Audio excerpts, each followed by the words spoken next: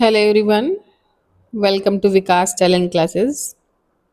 आई hope so आप सभी स्वस्थ और मस्त होंगे और अपनी पढ़ाई लिखाई संबंधित कार्यों को लगातार कर रहे होंगे। डीएलएड प्रथम वर्ष और तृतीय वर्ष की परीक्षाओं के परीक्षा फॉर्म जो हैं वो आ चुके हैं। जो विद्यार्थी, जो प्रशिक्षु डीएलएड के प्रथम और तृतीय सेमेस्टर में हैं वो अपने अपने संस्थानों से, जहाँ से डीएलएड कर रहे हैं, वहाँ से संपर्क करें, क्योंकि जो परीक्षा फॉर्म है वो भरे जा रहे हैं इस समय।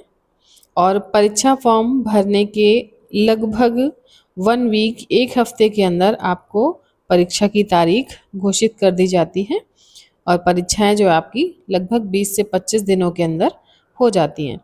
तो आप जो है अपनी तैयारी को और मजबूत करें।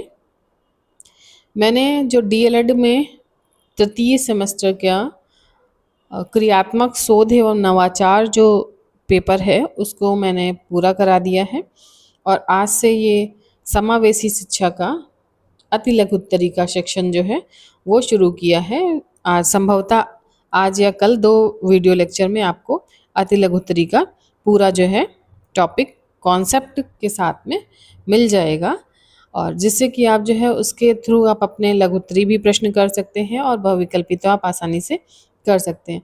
तो ये जो सीरीज़ है ये इसको बोलेंगे ही सिर्फ परीक्षा में पास होने वाली सीरीज़, और मैं आपको उतना डिलीवर कर दूंगी जिससे कि आप आसानी से नंबर गेन कर सकें। चलिए, तो आप थोड़ा सा अपने माइंड को फ्रेश रखें जिससे कि आप अपनी परीक्षा की तैयारी, ज़्यादा प्रेशर लेने की ज़रूरत नहीं है। अगर आपने थोड़ा सा भी पढ़ा है तो मेरे साथ आप ये 2-3 बार रिपीट कर लेंगे, देख लेंगे, तो आप आसानी से जो है एग्ज़ाम में अच्छे नंबर ले आएंगे। चलिए शुरू करते हैं एक कोटेशन के साथ। गिरते हैं शहसवार ही मैदान जंग में, वो क्या गिरे जो घुटनों के बल चले।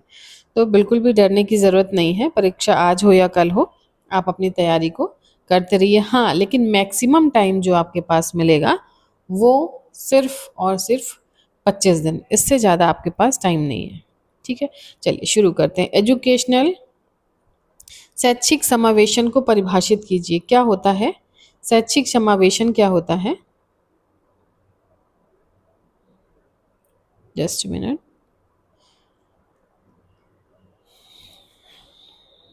ठीक, शैक्षिक समावेशन क्या होता है? शैक्षिक समावेशन उन बच्चों को दी जाने वाली शिक्षा होती है जो अपवंचित वर्ग होता है। भाषा, धर्म, जाति, क्षेत्र, वर्ण, लिंग तथा शारीरिक एवं मानसिक दक्षता से क्या होते हैं? ग्रसित होते हैं, यानी कि उससे जुड़े होते हैं। हमको क्या करना है? हमको उन जो बच्चे हैं उनके बीच में किसी भी प्रकार का भेदभाव नहीं करना है। वो किसी भी, कोई भी भाषा जानते हो, किसी भी धर्म से आते हो, किसी भी जाति से आते हो, उनका एरिया कोई भी हो, उनका वर्ण कोई भी हो, उनका जेंडर लिंग कोई भी हो, शारीरिक और मानसिक अगर वो थोड़ा सा भी डिफरेंट है बहुत, तो आप क्या करेंगे? उनके बीच में आपको भेदभाव नहीं करना है और उनको, सभी बच्चों को एक साथ समान रूप से क्या करना है? एजुकेशन जो आप शैक्षिक कार्य कर रहे हैं उसमें क्या करना है? समावेशित करना है, यानी कि समावेश करना है। जैसे आप 5 नॉर्मल बच्चों को, सामान्य बच्चों को पढ़ा रहे हैं, तो उसी क्लास में आपको उन बच्चों को भी पढ़ाना होगा जो किसी भी तरह से वंचित हैं। ठीक है, तो जो वंचित हैं उनको क्या करना है? वंचित नहीं रखना है और अपनी उसी क्लास में उनको शामिल करना है। तो इस प्रकार के जो बच्चे होते हैं वो कैसे होते हैं? इस प्रकार के बालक प्रतिभाशाली एवं शारीरिक रूप से अक्षम दोनों रूप से हो सकते हैं। ऐसा भी नहीं है कि दो कंडीशंस आ गई यहाँ पे। वंचित तो आप किसको करेंगे? जैसे आप, एक जनरल बच्चा होता है, एक सामान्य बच्चा होता है। कौन है? एक सामान्य बच्चा है। और दूसरा, मान लिया कोई डिसेबल्ड बच्चा है। ठीक है, डिसेबल्ड, वो फिजिकली डिसेबल्ड होगा, ठीक है, या फिर मेंटली। तो इसके अलावा तीसरा एक होता है जो होता है प्रतिभाशाली, या जिसे हम कहते हैं टैलेंटेड, जो आपकी क्लास के जो सामान्य बच्चा है उससे कहीं आगे उसका आईक्यू लेवल काम करता है। आप जो बताते हो उससे वो कहीं ज़्यादा आगे बढ़ के सोचता है। जैसे आपने देखा होगा कि बहुत से ऐसे बच्चे होते हैं जिनको आपने देखा होगा कि 10 साल 12 साल में उन्होंने ग्रेजुएशन कर लिया और कई बड़ी बड़ी उपलब्धियां हासिल कर ली, उनसे राष्ट्रपति सम्मान मिल रहा है या बहुत से अचीवमेंट मिल रहे हैं। वो छोटी उम्र में जो बड़ा काम करते हैं वो भी क्या होते हैं, वो भी आपके लिए कैसे हैं बच्चे हैं, वंचित हैं। क्यों, किससे, क्योंकि आप क्या कर रहे हो, आप तो उनको जनरलाइज कर दिया ना आपने। आपने उस जो प्रतिभाशाली बच्चा था, जो टैलेंटेड बच्चा था, उसको क्या कर दिया, जनरल कर दिया, सामान्य कर दिया। तो वो डिफरेंट जो उसके अंदर क्वालिटी थी वो क्या कर रहा है, वो उसकी क्वालिटी को आप क्या कर रहे हैं, छुप रही है, उसकी क्वालिटी दब रही है। तो हमको उन बच्चों को भी आगे प्रोग्रेस बढ़ाना है और जो शारीरिक रूप से अक्षम है उनको अपनी क्लास में शामिल करना है, और जो टैलेंटेड और प्रतिभाशाली बच्चे हैं उसको क्या करना है, उसको और आगे बढ़ाने के लिए आप क्या करोगे, शैक्षिक जो एजुकेशनल है उसमें आप काम करोगे, उसको आप बताओगे। तो इस तरह से क्या करोगे, आप एजुकेशनल समावेशन करेंगे। ठीक है, नेक्स्ट क्वेश्चन क्या है आपका, नेक्स्ट प्रश्न है आपका, बालक की वास्तविक आयु की गणना से संबंधित सूत्र। ये कई बार प्रश्न आया हुआ है, जो बच्चे की वास्तविक आयु है उसकी, बच्चे की वास्तविक आयु की गणना कैसे करेंगे, उससे संबंधित जो फॉर्मूला है, सूत्र है, ये कई बार पूछा गया है। तो आपको याद होना चाहिए वास्तविक आयु यानी कि उसकी रियल आयु कितनी है, ठीक है। और मानसिक आयु, जब आपसे प्रश्न पूछा जाएगा तो उसमें दो चीजें दी होंगी, या तो उसकी मानसिक आयु दी होगी और या तो उसकी बुद्धि लब्धि दी होगी, या फिर बुद्धि लब्धि और मानसिक आयु दोनों दी होगी। इस तरह से तीन चीजों में से आपको दो चीजें प्रश्न में दी हुई होंगी। तो आपको ये फॉर्मूला याद रखना है कि वास्तविक आयु बराबर क्या होता है, मानसिक आयु अपॉन बुद्धि लब्धि मल्टीप्लाई 100। ठीक है, नेक्स्ट आपका प्रश्न क्या है, विशिष्ट अधिगम निशक्तता के प्रकारों का नामोल्लेख कीजिए। अब आप सबसे पहले तो इसी को देख करके डर जाएंगे, नामोल्लेख क्या होता है, किसी को पता है? अगर किसी को पता है तो नामोल्लेख का कमेंट बॉक्स में जरूर कमेंट करें। निशक्तता क्या होता है, विशिष्ट क्या होता है, तो इन शब्दों को देख करके डरना बिल्कुल भी नहीं है। एग्जाम में इसी तरह से एग्जाम जो है, इसी पे एग्जामिनर पूरा खेलता है, वो शब्दों में आपको घुमाता है। क्या करता है, शब्दों में आपको घुमाता है। नामोल्लेख का मतलब हो गया नामों का उल्लेख कीजिए। ठीक है, विशिष्ट यानी कि स्पेशल लर्निंग जो होती है, विशिष्ट अधिगम का मतलब होता है लर्निंग, विशिष्ट मतलब स्पेशल। स्पेशल जो लर्निंग है वो निशक्तता के प्रकार बताने हैं आपको। जैसे प्रतिभाशाली बालकों का अधिगम होता है, अभी मैंने आपको ऊपर बताया था समावेशन किनका किनका होना होता है शैक्षिक एजुकेशन में, दो तरीके के होते हैं, या तो अक्षम होगा वो मानसिक या तो शारीरिक रूप से, या तो वो प्रतिभाशाली बच्चा होगा। बस उसी के आपको यहाँ पे क्या करना है, टाइप लिख देने अलग अलग तरीके से। प्रतिभाशाली बालकों का अधिगम, स्पेशल बच्चा हुआ ना वो, मंद बुद्धि से सीखने वाले बालकों का अधिगम, ये भी स्पेशल बच्चा हुआ ना आपकी कैटेगरी में। अधिगम अक्षम, अक्षम का मतलब होता है जो वो सीख नहीं सकते, लर्निंग सीख नहीं सकते। तो अधिगम अक्षम बच्चों का क्या कराना है, आपको सिखाना है, उनको पढ़ाना है, उनको लर्निंग करानी है। ठीक है, पिछड़े बालकों का अधिगम, जो पीछे हुए बालक, पिछड़े बालक पिछड़ी कास्ट से संबंधित नहीं है, आपको इसको पिछड़ी कास्ट से संबंधित मत समझिएगा। पिछड़े का मतलब जैसे वो पढ़ तो बड़ी क्लास में रहे, उम्र तो उनकी ज़्यादा है, लेकिन उनको क्या है, आता ABCD भी नहीं है। ठीक है, कोई कोई बच्चे जो ऐसे होते हैं प्राइमरी में या जूनियर्स में, आपने देखे होंगे गवर्नमेंट स्कूल में, प्राइवेट में भी कुछ होते हैं बच्चे कि वो बड़ी क्लास में पढ़ रहे होते हैं, माना 4th में पढ़ रहे हैं, 3rd में पढ़ रहे हैं या 5th में पढ़ रहे हैं। उनको अगर आप सेंटेंस दे दोगे कि हाँ हिंदी में ही कि आप ये लिखो, तो वो शायद नहीं लिख पाते, वो पाई मात्रा या शब्दों को गलत करते हैं, तो वो कैसे हो जाते हैं, क्लास में पिछड़ जाते हैं, है ना। तो उस तरह तो हम लोगों को क्या करना है, हम लोगों को उनको यही नहीं कि वाक्य ही पढ़ाना है या उनको सिलेबस कराना है।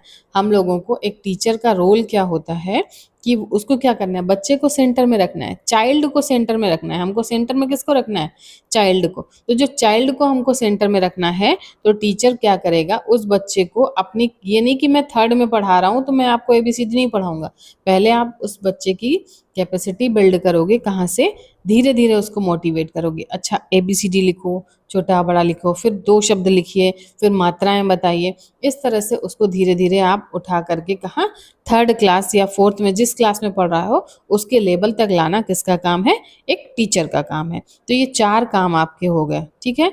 इस तरह से ये 4 प्रकार हो गए। अगला, प्रतिभाशाली बालकों की पहचान किस प्रकार करनी है। मैंने बोला आपको 2-3 चीजें समझ लीजिए, और प्रश्न जो है रिपीटेड आता रहता है। प्रतिभाशाली बालकों की पहचान किस प्रकार करते हैं, आप बताइए किस प्रकार करोगे। उनका बुद्धि परीक्षण करके, 2020 में आया हुआ प्रश्न है। उनकी प्रवीणता परीक्षण करके, संबंधित व्यक्तियों से प्राप्त सूचनाओं द्वारा, ठीक है।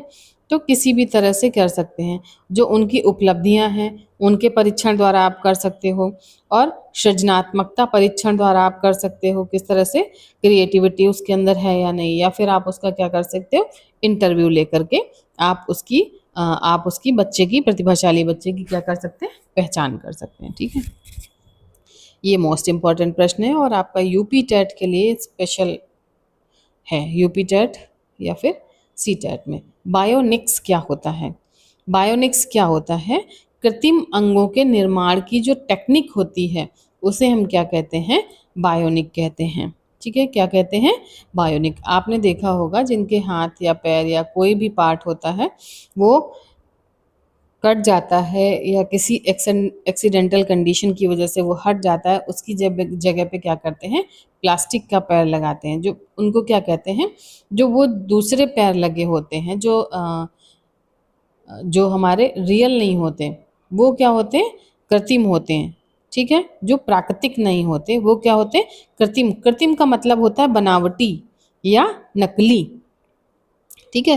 कृत्रिम का मतलब होता है बनावटी, ठीक। जो ह्यूमन ने बनाया है, जो इंसान ने बनाया है, वो क्या है, कृत्रिम। और इसका कृत्रिम का अपोजिट क्या होता है, नेचुरली या फिर प्राकृतिक, ठीक। जो नेचुरली नहीं है, हम लोगों के हाथ पैर नाक मुंह आँख कान ये सब कैसे, नेचुरली, प्रकृति से, ठीक। और जो कृत्रिम है उसकी जगह पे प्लास्टिक का पैर लगा दिया गया है, तो जो वो टेक्नोलॉजी होती है उसको क्या कहते हैं, बायोनिक्स। क्या कहते हैं, बायोनिक्स। ये आपका बहुत पूछा जाने वाला प्रश्न है और मैं इसको मोस्ट इम्पॉर्टेंट की श्रेणी में है। बायोनिक्स क्या होता है, तो बायोनिक्स क्या होता है, कृत्रिम अंगों का निर्माण करना बायोनिक्स कहलाता है, ठीक है। नेक्स्ट प्रश्न है आपका, शरीर के आधे से अधिक भाग में अवरुद्ध गति अक्षमता का नाम क्या है। आधा, आप कहते हो ना लकवा मार गया या पैरालिसिस अटैक हो गया, क्या कहते हो, पैरालिसिस अटैक हो गया। तो आधे से अधिक भाग अवरुद्ध का मतलब रुक जाना, उसकी जो गति है, जो चलता है वो रुक जाता है, तो वो क्या कहलाता है, लकवा। या फिर पैरालिसिस भी अगर आ जाए तो वो भी आप टिक लगा सकते हो। नेक्स्ट प्रश्न क्या है आपका, समायोजन। फिर आ जाता है समायोजन। 2 चीजें समझ लीजिए, समायोजन, एकोमोडेशन क्या होता है, एवं परिष्करण में अंतर क्या होता है। तो समायोजन का मतलब होता है समाहित करना, एक में मिलाना या एक में जोड़ना, ठीक है। तो समायोजन समाज में व्यक्ति या समूह को जोड़ने वाली प्रक्रिया क्या होती है, समायोजन कहलाती। किसी चीज को जोड़ना, ऐड ऑन करना, क्या करना, ऐड करना, हमको क्या करना है, समायोजित करना है। तो समायोजन समाज में व्यक्ति या समूह को जोड़ने वाली प्रक्रिया होती है, जबकि परिष्करण क्या होता है, परिष्कार करने अथवा शुद्ध करने का जो प्रोसेस होता है वो क्या कहलाता है, परिष्करण, ठीक है। इंपॉर्टेंट प्रश्न है ये सारे, आपके बहुत ज़्यादा पूछे जाने वाले हैं और ज़्यादातर ये सीटेट या यूपी टेट में पूछ दिया जाता है। शरीर के अंगों में असमन्वित गति क्या कहलाती है, ये सब प्रश्न आए हुए हैं, रिपीटेड प्रश्न है। शरीर के अंगों में असमन्वित गति क्या कहलाती है, अनैच्छिक क्रियाएं कहलाती है। ऐच्छिक क्रियाएं और अनैच्छिक क्रियाएं आपने विज्ञान विषय में पढ़ा होगा। अगर नहीं पढ़ा है तो मैंने विज्ञान विषय के लेक्चर ले रखे हैं, आप चैनल पे जाकर के विजिट करें, आपको मिल जाएंगी ऐच्छिक क्रियाएं कौन सी होती हैं और अनैच्छिक क्रियाएं कौन सी होती हैं। ठीक है, ऐच्छिक क्रिया मैं शॉर्ट में बता दूं थोड़ा सा क्विक कि ऐच्छिक क्रिया कौन सी होती है जो आप अपनी इच्छा से करते हैं, और अनैच्छिक कौन सी होती हैं जो स्वतः होती हैं। ठीक है, जैसे पल के झमकाना, वो आप नहीं कर रहे हो, वो स्वतः हो रही है। ठीक है, धड़कन, हमारी हार्ट बीट चलना, वो कैसी हो रही है। ठीक, तो ये जो है ये कौन सी है, ऐच्छिक और ऐच्छिक। इसका पूरा डिस्क्रिप्शन देखने के लिए आप साइंस वाले जो मैंने टॉपिक पढ़ाया उस पर विजिट जरूर करें। ठीक है, नेक्स्ट आपका प्रश्न है, आप कक्ष यानी कि क्लासरूम में श्रवण निशक्त बालकों की पहचान किस प्रकार करते हैं।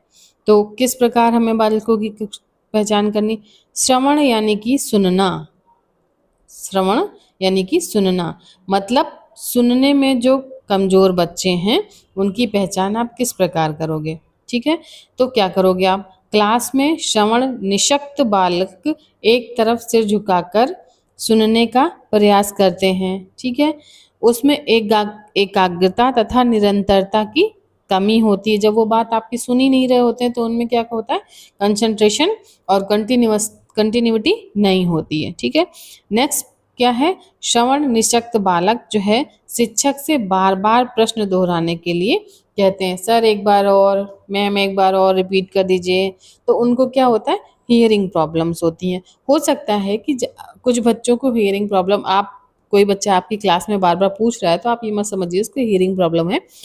हो सकता है कि वो आप जहाँ पर बोल रहे हैं और जहाँ पर बच्चा बैठा है तो आपके और उसके बीच में डिस्टेंस ज़्यादा हो, तो वो आपकी बात, आपकी आवाज़ उस बच्चे तक नहीं पहुंच रही है, तो उसको क्या होगा, सुनने में परेशानी होगी, वो सुन नहीं पाएगा और आपसे बार बार प्रश्न पूछने का प्रयास करेगा। ठीक है, नेक्स्ट प्रश्न क्या है, अस्थि बाधित बालक किसे कहते हैं। अस्थि मतलब क्या होता है, हड्डियां। ठीक है, तो अस्थि बाधित बालक कौन से होते हैं, जिन बालकों की अस्थि संबंधी यानी कि हड्डियों संबंधित विकृतियां होती हैं। ठीक है, वो क्या कहलाते हैं, अस्थिबाधित। ये तो बहुत ही सिंपल है, आप आसानी से लिख लोगे। पिछड़ेपन के मापन का आधार क्या होता है, पिछड़ेपन का मापन के आधार क्या होता है, शैक्षिक लब्धि यानी कि एजुकेशनल आईक्यू, जैसे आप पहचानोगे। विशिष्ट बालक किसे कहते हैं, जो जनरल नहीं है वो विशिष्ट है, समझ गए। मैंने अभी आपको पढ़ाया, जो सामान्य नहीं है वो क्या है, स्पेशल है। वो पढ़ने में अच्छा हो सकता है और शारीरिक और मानसिक रूप से विक्षिप्त भी हो सकता है। ठीक, तो विशिष्ट कौन हुआ, जो सामान्य नहीं है, पहला आप दिमाग में अपने बिठा लीजिए। विशिष्ट यानी कि स्पेशल चाइल्ड कौन हुआ, स्पेशल बच्चा कौन हुआ, जो सामान्य से अलग है। तो सामान्य से कौन कौन से बच्चे अलग होते हैं, अगर वो प्रतिभाशाली बच्चा है तो अलग होगा, अगर उसको कोई समस्या है तो वो अलग होगा, अगर पढ़ने में पिछड़ा बालक है तो अलग होगा, अगर उसका आईक्यू लेवल या मंद बुद्धि है तो वो बच्चा अलग होगा। तो ये बच्चे सामान्य नहीं होंगे तो कैसे होंगे, विशिष्ट होंगे। ठीक है, मंद बुद्धि बालकों की एक महत्वपूर्ण विशेषता बताइए। जो मंद बुद्धि बच्चे होते हैं उनकी विशेषता क्या है, उनके अंदर कोई विशेषता होती नहीं है, उनमें कॉन्फिडेंस होता ही नहीं है, लैक ऑफ कॉन्फिडेंस। ठीक है, कॉन्फिडेंस की कमी होती है। समस्यात्मक बालक से क्या अभिप्राय है, समस्यात्मक बालक क्या होता है, समस्यात्मक कैसे होता है, जिस प्रकार या जिस बालक के व्यवहार में कोई असामान्यता पाई जाती है उसे क्या कहते हैं, समस्यात्मक बालक। जैसे कुछ बच्चे कैसे होते हैं, कुछ बच्चे क्लास के दौरान आप पढ़ा रहे हैं तो वो क्या करते हैं, वो खुद भी नहीं पढ़ते हैं और दूसरे बच्चों को भी डिस्टर्ब करते रहते हैं। नेक्स्ट प्रश्न है आपका, एजुकेशनल एंड वोकेशनल गाइडेंस पुस्तक के लेखक का नाम क्या है। मोस्ट इम्पॉर्टेंट प्रश्न है आपका और ये फैक्चुअल प्रश्न है, इसमें कुछ भी समझाने जैसा नहीं है। ये बुक का नाम दिया हुआ है educational and vocational guidance. S के कोचर जो हैं वो एजुकेशनल एंड वोकेशनल गाइडेंस पुस्तक के लेखक हैं। ठीक है, डिस्ग्राफिया दोष किससे संबंधित है, डिस्ग्राफिया दोष किससे संबंधित है। अब मैं आज आपको एक छोटा सा एग्जाम्पल के तौर पे बताऊं, आप इसको लिख के देखिएगा कैसे लिखते हैं? डिसग्राफिया। याद करने के पर्पज से मैं बता रही हूँ, मेरा ऐसा कोई उद्देश्य नहीं है और मेरी आप इस बात को बिल्कुल भी अन्यथा मत लें। डिसग्राफिया क्या होता है? ग्राफ क्या होता है? ग्राफ क्या करोगे आप? ग्राफ अगर होगा तो आप ग्राफ बनाओगे ना। बनाने के लिए आप क्या करोगे? पेन पेंसिल लोगे, तो आप क्या करोगे? लिखोगे। एक तरीके से ग्राफ बनाओगे तो पेंसिल क्या करोगे? पकड़ोगे। तो जहाँ पे ग्राफ शब्द आ जाए, मेरे बताने का उद्देश्य ये इतना था, जहाँ पे ग्राफ शब्द आ जाए तो ये क्या करोगे? ग्राफ आप ऐसे ऐसे ऐसे बनाओगे, ऐसे बनाओगे, कुछ तो लिखोगे ना। मतलब पेन पकड़ने की आपको ज़रूरत होगी। याद रखिएगा, ग्राफ आ जाए तो आपको पेन पकड़ना होगा। पेन पकड़ेंगे तो हम क्या करेंगे? लिखेंगे। तो डिस्ग्राफिया ये सारे जो है बहुत ज़्यादा इम्पॉर्टेंट है। यूपी टेट और सी टेट में पूछे ही जाते हैं। आपके सुपर टेट में भी इसमें प्रश्न पूछ दिया जाता है।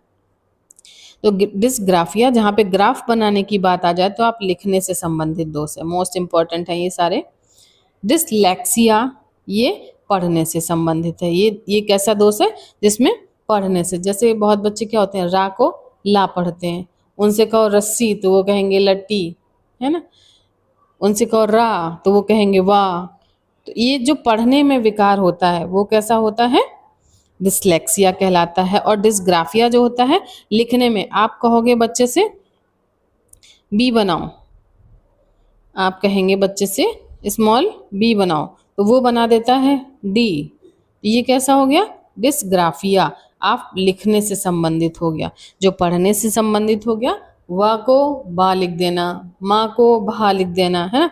तो इस तरह से ये डिसग्राफिया और डिसलेक्सिया जो पढ़ने या बोलने से संबंधित हो, याद रखेंगे आप। और ये दोनों मोस्ट इम्पॉर्टेंट प्रश्न हैं, चाहे वो आपके डीएलएड के लिए हो या फिर आपके यूपी टेट सी टेट के लिए हो।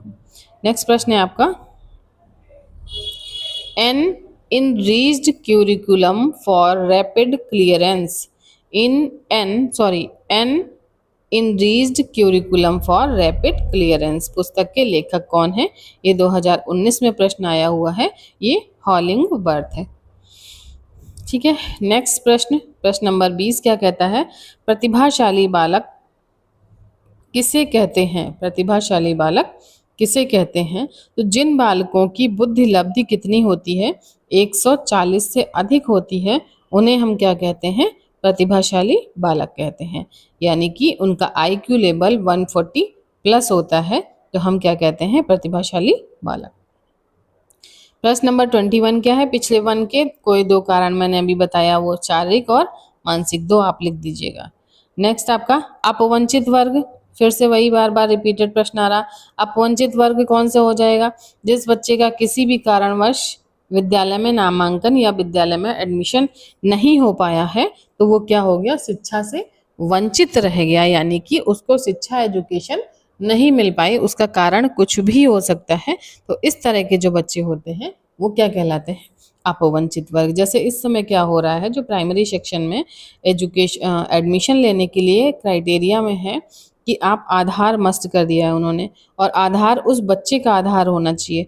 जबकि जो 5 साल 6 साल का बच्चा होता है उसकी पेरेंट्स की आईडी लगती है, तो उसमें संशोधन के लिए समय लग जाता है। इस तरह से कुछ बहुत से लोग पेरेंट्स अवेयर नहीं होते हैं। तो इस तरह से बहुत से बच्चे हैं जो हमारे गाँव में आजकल वो छूट रहे हैं। किससे? पढ़ाई से, शिक्षा से। तो उन्हें क्या कहेंगे? ये बच्चे वंचित रह गए। किससे? इस सत्र के एजुकेशन पाने से। ठीक है, शायद आप समझ पा रहे हो मेरी बात को। तो अपवंचित बच्चे कौन से हो गए? जो शिक्षा से वंचित रह गए, वो बच्चे अपवंचित बच्चे कहलाते हैं। नेक्स्ट प्रश्न है, प्रश्न नंबर 23 क्या कहता है? प्रतिभाशाली बालकों की बुद्धि लब्धि कितनी होती है? बार बार रिपीटेड प्रश्न है। 140, 140 प्लस 140 प्लस, और दिया किसने था? टर्मन के अनुसार। टर्मन जो थे इन्होंने बुद्धि लब्धि के प्रकार और बुद्धि लब्धि के टाइप बताए थे। तो टर्मन के अनुसार प्रतिभाशाली बालकों की बुद्धि लब्धि कितनी होना चाहिए? 140 प्लस। नेक्स्ट प्रश्न है आपका, फिर से आ जाता है, विशिष्ट बालकों की पहचान कैसे करेंगे? विशिष्ट बालकों की पहचान कैसे करेंगे? निदानात्मक, उनको डायग्नोस करके, उनका इंटरव्यू लेके, व्यक्ति अध्ययन द्वारा और हम क्या करेंगे, निरीक्षण पद्धति द्वारा। नेक्स्ट है समावेशी शिक्षा से आप क्या समझते हो। मैंने बताया समावेश करना, एक ही में मिलाना, उनको इंक्लूड करना, वो किसी भी तरह से अलग हो सकते हैं, लेकिन आपको क्या करना है, उनको इकट्ठा करना है, उनको इंक्लूसिव करना है। तो इसीलिए नाम है इसका इंक्लूसिव एजुकेशन, यानी कि समावेशी शिक्षा, इंक्लूड करना। आप इस तरह से याद रखिए, इंक्लूसिव का मतलब इंक्लूड करना। किस में इंक्लूड करना, जनरल बच्चों में, सामान्य बच्चों में जो विशिष्ट बच्चा है उसको इंक्लूड करना क्या कहलाता है, समावेशी शिक्षा। ठीक, समावेश करना, उनको मिलाना। देखिए, समावेशी शिक्षा सभी प्रकार से समान शिक्षा की भागीदारी को क्या करती है, सुनिश्चित करती है, जिसके अंतर्गत शारीरिक अक्षमता, मानसिक अयोग्यता, भावात्मक व्यवहारिक विकारों से युक्त बच्चे जो हैं वो आते हैं। कुल मिलाकर के सिर्फ एक लाइन आपको याद रखनी है, जैसे ही समावेशन शब्द आए या समावेशी शब्द आए, आप जनरल हटा दीजिए कि हमको सामान्य बच्चों को पढ़ाना है, लेकिन जो सामान्य बच्चों से अलग बच्चे हैं उनको भी हमें उनमें इंक्लूड करना है, समावेशित करना है, उनमें मिलाना है, तो वो क्या कहलाता है, समावेशी शिक्षा या इंक्लूसिव एजुकेशन। ओके, सामान्य बालकों की दो विशेषताएं बताइए। सामान्य बच्चे कैसे होते हैं, एक तो शारीरिक और मानसिक रूप से परिपक्व होते हैं, यानी कि मेच्योर होते हैं। जो सामान्य बच्चा होता है वो कैसा होता है, फिजिकली और मेंटली कैसा होता है, परिपक्व होता है, मेच्योर होता है। तो सामान्य बच्चों की जो बुद्धि लब्धि होती है, जो आईक्यू लेवल होता है, वो एवरेज होता है। ठीक है, अब आप बताओगे मुझे एवरेज आईक्यू लेवल कितना होता है। जिस बच्चे ने, अभी एग्जाम होने वाले हैं, ये मोस्ट इंपॉर्टेंट प्रश्न है, आप मुझे कमेंट बॉक्स में जरूर बताएं कि जो सामान्य बच्चे होते हैं उनका आईक्यू लेवल कितना होना चाहिए। ठीक है, नेक्स्ट प्रश्न है आपका, समावेशी शिक्षा के अंतर्गत किस प्रकार के बालक आते हैं। फिर से वही सारी चीजें आ जाती हैं, तो क्या होगा, समावेश किसका करेंगे, जो सामान्य नहीं होगा, जाहिर सी बात है। तो शारीरिक अक्षमता होगा, मानसिक अक्षमता युक्त बच्चा होगा, संवेगात्मक यानी कि इमोशंस उसके अस्थिर होंगे। ठीक है, और व्यवहार जो उसका बिहेवियर होगा उसमें विकार यानी कि भेदभाव होंगे, जो अलग होंगे। बौद्धिक रूप से यानी कि इंटेलेक्चुअल रूप से सामान्य बालकों से भिन्नता रखने वाला बच्चा होगा। ठीक है, तो ये कोई भी आप टाइप लिख सकते हैं। अगला प्रश्न है, सामान्य बालकों में बुद्धि लब्धि कितनी, लो मैंने पूछा और यहाँ पे प्रश्न भी आ गया, सामान्य बालकों की बुद्धि लब्धि कितनी होती है, तो ये 90 से 110 होती है। मूढ़ यानी कि मूर्ख बच्चों की आईक्यू लेवल कितना होता है, 25 से 50 होता है। अपराध बालक किसे कहते हैं, ये सारे प्रश्न जो हैं आपके इम्पोर्टेंट हैं।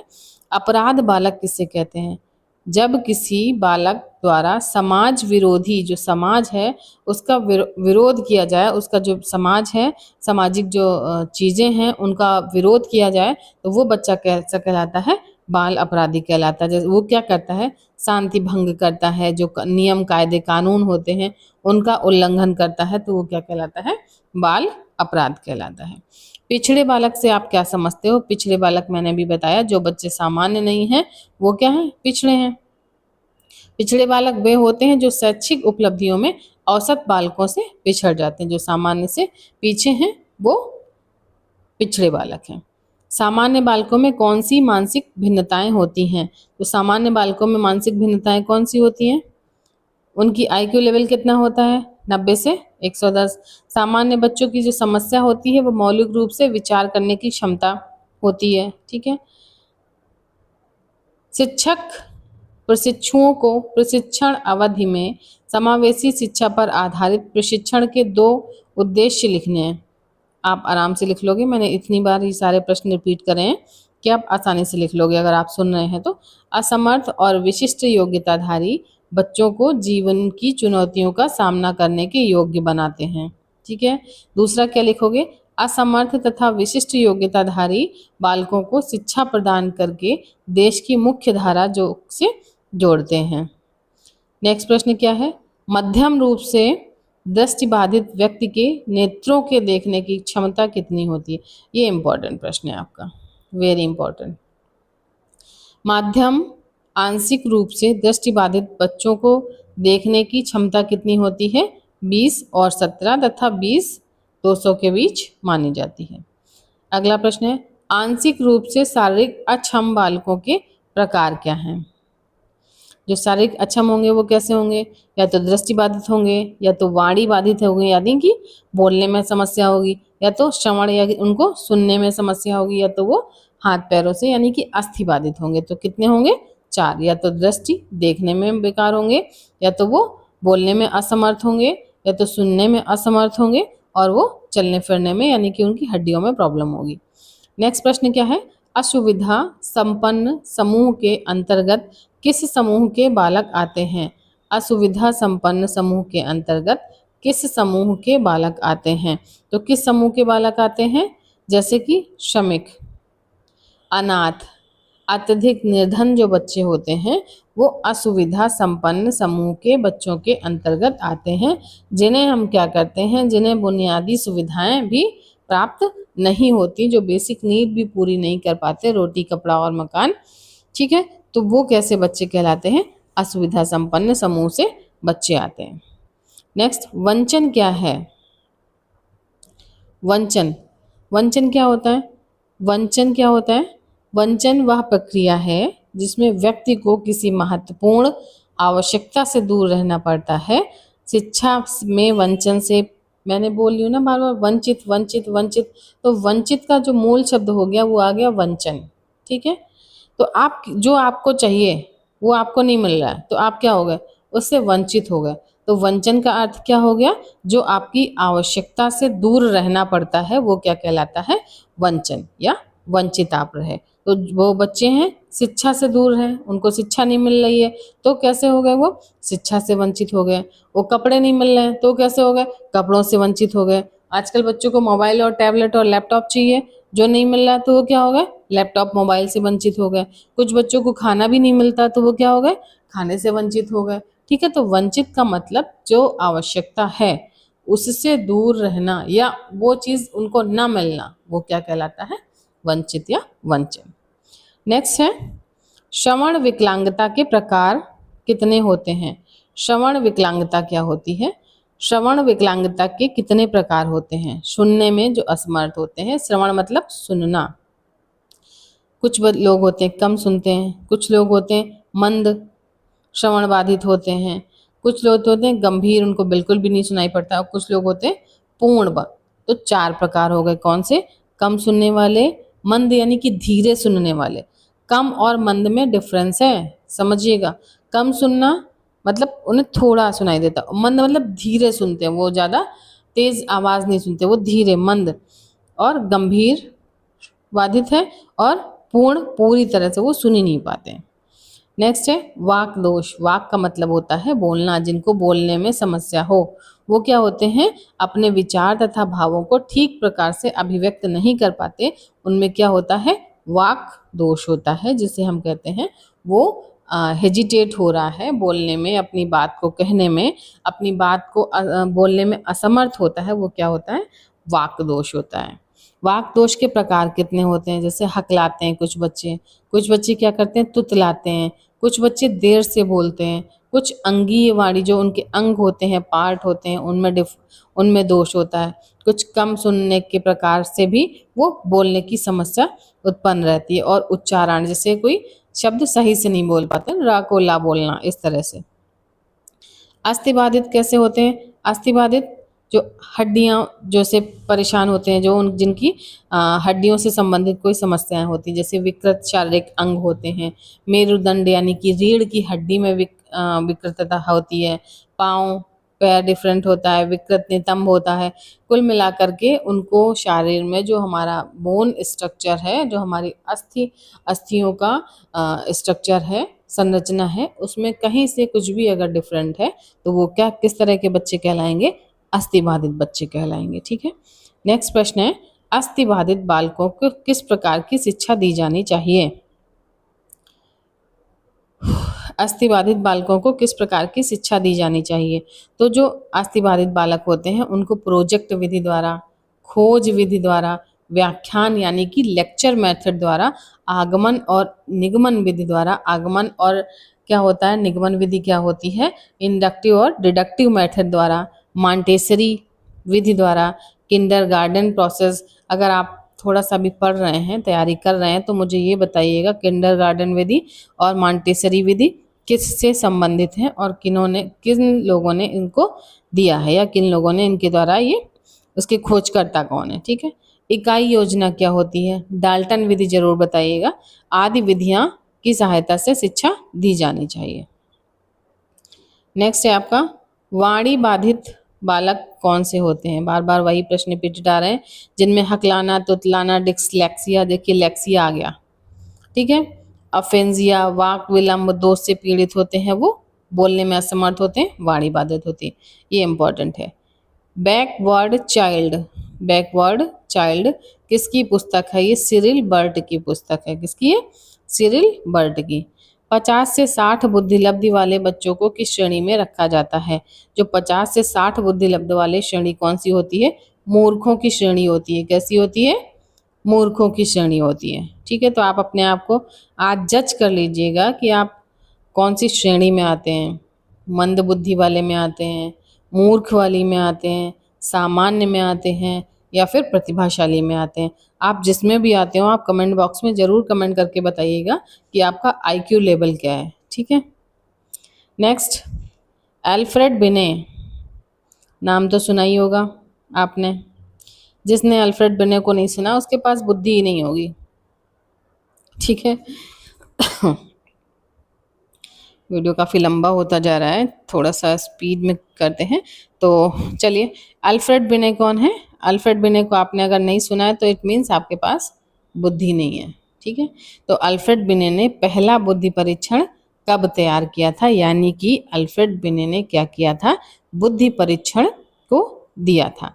तो बिने ने साइमन के सहयोग से बुद्धि परीक्षण तैयार किया था। ये मोस्ट इम्पॉर्टेंट प्रश्न है और UP TET, C TET, UK TET, Bihar TET, Haryana TET, जितने भी टेट हैं सब में ये बुद्धि से एक ना एक प्रश्न आता ही जरूर है। बुद्धि लब्धि क्या है, नहीं आएगा तो बुद्धि परीक्षण है, नहीं आएगा तो किसने दिया था, नहीं आएगा तो फिर बुद्धि परीक्षण के प्रकार कौन से हैं, हरमनदोरसा प्रकार कौन सा है, स्याही धब्बा प्रकार कौन सा है, ये प्रकार किससे संबंधित है। तो इस तरह से प्रश्न जरूर है, एक तो उसका फेवरेट प्रश्न है, पूछेगा ही पूछेगा। तो अल्फ्रेड बिने ने साइमन नामक मनोवैज्ञानिक के साथ मिलकर 1905 में पहला बुद्धि परीक्षण तैयार किया था। ठीक है, अल्फ्रेड बिने ने साइमन नामक मनोवैज्ञानिक के साथ मिलकर 1905 में पहला बुद्धि परीक्षण तैयार किया था। नेक्स्ट क्या है, अन्वेषण क्या होता है, आपको नाम देखकर ही आपको डर लग रहा होगा। अन्वेषण, ह्यूरिस्टिक पता है क्या होता है, जिसे आप कहते हैं खोज। अन्वेषण यानी कि खोजना। अन्वेषण विधि खोज प्रोफेसर H.E. आर्मस्ट्रांग ने की थी। इस विधि में क्या होता है, शोधकर्ता जो बच्चा होता है, विधि में छात्र एक शोधकर्ता के रूप में शिक्षक के मार्गदर्शन में काम करता है। ठीक है, जैसे आपको प्रोजेक्ट दिए जाते हैं, छोटे बच्चे होते हैं उनको प्रोजेक्ट दिए जाते हैं, तो आप क्या करते हो, आपको कोई साइंस का टीचर होता है या मैथ का टीचर होता है या जिस भी विषय से संबंधित आपको प्रोजेक्ट दिया जाता है, तो वो टीचर क्या करता है, आपको गाइड करता है, आपको ये बनाना है, इस तरह से करना है, इस तरह। लेकिन करता कौन है, करता कौन है, करता है बच्चा। तो शोधकर्ता कौन हो गया, शोधकर्ता कौन हो गया, शोध कौन कर रहा है, बच्चा कर रहा है, लेकिन उसका मार्गदर्शन कौन कर रहा है, उसको गाइड कौन कर रहा है, एक टीचर गाइड कर रहा है। तो जो ये प्रोसेस होता है वो क्या कहलाता है, हेयुरिस्टिक विधि या फिर अन्वेषण विधि। ठीक है, नेक्स्ट प्रश्न है आपका, शैक्षिक उपलब्धि का सूत्र क्या होता है। तो शैक्षिक उपलब्धि क्या होती है, शैक्षिक आयु बटे वास्तविक आयु मल्टीप्लाई 100। नेक्स्ट प्रश्न है आपका, बुद्धि परीक्षण हेतु निर्धारित सूत्र लिखिए। अभी मैंने आपको बताया बुद्धि लब्धि बराबर मानसिक आयु, आप याद रखना, मम्मी ऊपर आती हैं बच्चे नीचे आते हैं। बुद्धि लब्धि मतलब IQ बराबर MA, माँ ऊपर हो गई, मतलब मेंटल एज और नीचे रियल एज। ठीक है, आप अपना कुछ भी नाम लिख लेना, इतना याद रखना, मम्मी हमेशा ऊपर आती हैं, मम्मी आपसे बड़ी होती हैं, तो आईक्यू में कौन है? मम्मी है। तो आईक्यू निकालना है, पहले ऊपर किस रोकना है? माँ को। तो मेंटल आयु, मेंटल एज, ठीक है। नीचे किसकी हुई? आप जो खुद हो, रियल एज। मल्टीप्लाई किससे करना है? पापा ने जो 100 रुपए दिए थे उसी में से तो करना है। याद हो गया? चलिए नेक्स्ट है, तो एक बार repeat repeat. IQ, IQ, IQ किसका निकालना है? आपसे बड़ा कौन है? रिपीट मेरे साथ बोलें। MA, मम्मी बड़ी हैं। कौन बड़ा है? मम्मी बड़ी हैं। आप कौन हो? छोटे हो। तो आप रियल एज निकालनी है आपकी। पहले मेंटल आयु या मानसिक आयु, मल्टीप्लाई किससे करना है? जो पापा की जेब से 100 रुपए चुराए थे उसी से तो मल्टीप्लाई करना है ना। दोनों मिलकर के ले रहे हैं, मम्मी और बेटे। नेक्स्ट,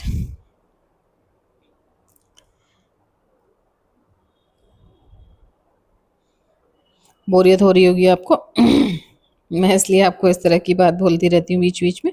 नेक्स्ट प्रश्न है, मंद बुद्धि बालकों की मानसिक विशेषता कौन है? और आज के लिए इसको बाइंड अप करते हैं 50 प्रश्नों के साथ। तो मंद बुद्धि, आप कौन सी बुद्धि है जरूर बताइएगा मुझे कमेंट बॉक्स में।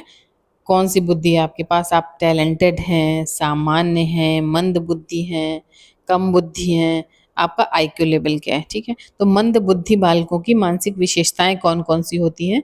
जब मंद बुद्धि होगा तो जाहिर सी बात है वो क्या करेगा? सीख ही नहीं पाएगा। जैसे आप में से कुछ तो हो गए, मैं बोल रही हूँ आपने सुना ही नहीं होगा, है ना। तो मेरी बातों को आपने लर्न नहीं करा होगा, समझा नहीं होगा। तो अधिगम की मंद बुद्धि, मानसिक मंदता होती है, मंद संप्रत्यात्मकता विकास होता है, अमूर्त जिसे एब्स्ट्रैक्ट थिंकिंग कहते हो, ठीक है, और प्रत्यक्षीकरण क्षमता का अभाव रहता है।